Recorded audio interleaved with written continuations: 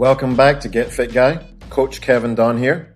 I often have to stop myself from rolling my eyes as I hear from people who have sore low backs but have demonized back exercises. So today I want to look at back pain from lifting. If we have low back pain, should we be avoiding low back centric movements, or could something else be at play? First off, I have to give a disclaimer that there are myriad potential causes of low back pain. In fact, low back pain itself isn't even a diagnosis. It's incredibly vague and tells us nothing. Is the pain single-sided, localized, generalized, sharp, dull, when you're at rest, during movement, when you're flexing, when you're extending, when you're rotating? Since low back pain is such a vague term, it's quite unlikely that any articles or podcasts, including this one, will be able to fix the issue, since general and vague diagnoses will have general and vague prescriptions. That being said, between January 2015 and February 2020, I taught 253 seminars on the deadlift and the squat across 18 countries and 15 US states. So my sample size is fairly large, and I can talk about what I saw as the main cause of low back pain in those experiences. But before we get into that, some basic anatomy. Your body is made up of opposing muscle groups. Some have a direct give and take relationship. An easy example is your arm. In order to bend your elbow, your bicep has to shorten. And as it does so, the tricep on the opposite side lengthens. To straighten your arm, the process reverses. Your tricep shortens and your bicep lengthens. If you squeeze your bicep as hard as you possibly can whilst your elbow is bent, it's not possible to straighten your arm. And we see the same thing throughout the body. If your quads are engaged by squeezing them tight, it's not possible to bend your knee, since the role of the quadriceps is to extend the leg at the knee. This is called the length-tension relationship. In other words, when one muscle tenses, the opposing one lengthens. So now let's think about a movement like the deadlift, and typically what we see when people are at the top.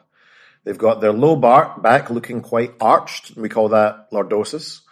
And then after a number of repetitions, the lifter might say they have a tight, sore lower back. If we begin to think about the length-tension relationship there, we can see that the abdominal muscles are a little bit distended. So when coupled with a tight low back, the abdominals have actually lengthened. And this allows the low back muscles to shorten and become tense. And we don't actually have a scenario here where the low back is weak. It's the abdominals that are weak. The abs are the front anchor of the spine. So if they're weak, then other muscles supporting the spine have to work much harder and can become overworked. One of my very first episodes as the Get Fit Guy, I covered movement patterns and how there's a hierarchy of contraction and movement expression. The very first layer of the ability to express any movement or any contraction type is motor control. In a totally objective overview, it seems fairly obvious that you need to train your body how to move in a particular pattern before you attempt to do that pattern under load or with speed. But we have the issue, which, by the way, I totally understand, where there just aren't enough hours in the day for working people who may also have families to spend hours at the gym developing motor control. They might only have 45 minutes to an hour to exercise. So it's normal to want an hour of power where you leave exhausted, sore, and sweaty. And teaching your body how to move correctly doesn't satisfy sweat mechanics. Now, outside of contraction hierarchy, we have movement patterns. We've got your push, pull, lunge, squat, and hinge. And these are all anchored to the core pattern. And this is because all movements should be engaged from proximal to distal. Essentially, you want to start closer to your body and move out to the limbs. Incidentally, this is also how you should be training. You would start with the movements closest to the center of your body and work your way outwards. You certainly shouldn't be doing wrist curls or bicep work before you bench press, or do calf raises before you squat.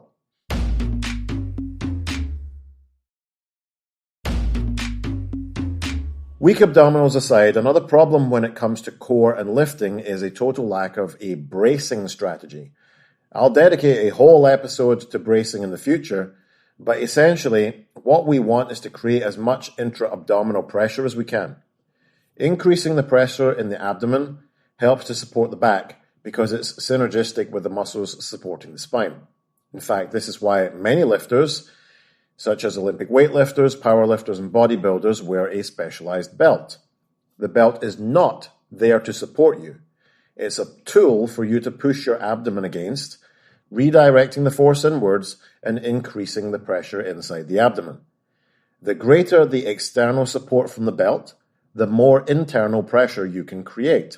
This is also why you don't see big lifters wearing Velcro belts. If you create enough pressure, the Velcro will rip open, and you don't want this happening under maximum pressure at the bottom of a 500-pound squat. In terms of deadlifting, where most people hurt their backs, I see people typically doing a good job of increasing pressure by taking a big belly breath at the bottom before they lift. But then at the top, they exhale. Now, if we think about that, we can see why it might be a bad idea. At the top, you're holding the entire load and then releasing the pressure that's supporting your spine. In all of these big lifts, you should be inhaling and creating pressure in the abdomen to support the spine before you lift and maintaining the pressure throughout the entire lift. So in the deadlift, you'll inhale and pressurize while the bar is still on the floor, and you won't let the pressure off by exhaling until the bar is back at rest on the floor again. This is one reason why I'm not a fan of the tendency for functional fitness classes to do touch and go deadlifts. If you're lifting fast like that, you cannot possibly be braced for the lift because you couldn't hold your breath and do that many reps. It's almost a certainty, therefore, that your low back muscles will tense up because you don't have any support from the abs. The best way to train your abs for this type of lifting scenario is isometrics, which is where you hold your position. Now remember, the principle of specificity tells us that in order to adapt to loads, reps, volumes, and patterns, we need to do those loads, reps, volumes, and patterns. If you ask a typical gym goer to name an ab exercise, I'd say 9 times out of 10, they're going to say sit-ups. But if you think about what's happening at sit-up, is it a useful adaptation for lifting? It's a short contraction in terms of time, and you're also shortening your abs and rounding the back. In lifting, we want the opposite, because we want to maintain a strong, consistent position throughout the lift. And if you were squatting, for example, using a 3-2-1-2 tempo, you'd have at least 6 seconds under load. No one takes 6 seconds to do a sit-up. So a better outcome here is isometric holds, exercises like planks, hollow holds for your abs. If you were looking for a squat accessory for your quads, it might be something like wall sits. You could be doing like an active hang in a pull-up position. All of these things would be isometric. And I hope that this information this week has been useful for everyone. If you have any questions about back pain when lifting or any other type of pain, instead of demonizing the movements, send me an email at getfitguy@quickanddirtytips.com or check out the Get Fit Guy Facebook page. And if you are looking for one-on-one feedback, advice, training, or program design, which is the best way to train after all, don't forget that I'm called Coach Kevin Don for a reason. So please feel free to shoot me an email for more information, a consult, or to get started. Get Fit Guy is a Quick and Dirty Tips podcast. Thanks to the team at Quick and Dirty Tips, Adam Cecil, Morgan Christensen, Holly Hutchins, and Davina Tomlin. The intern is Cameron Lacey. I'm your host, Kevin Don. If you have a question for me, leave me a voicemail at 510-353-3104 or send me an email at getfitguy@quickanddirtytips.com. For more information about the show, visit quickanddirtytips.com or check out the show notes in your podcast app.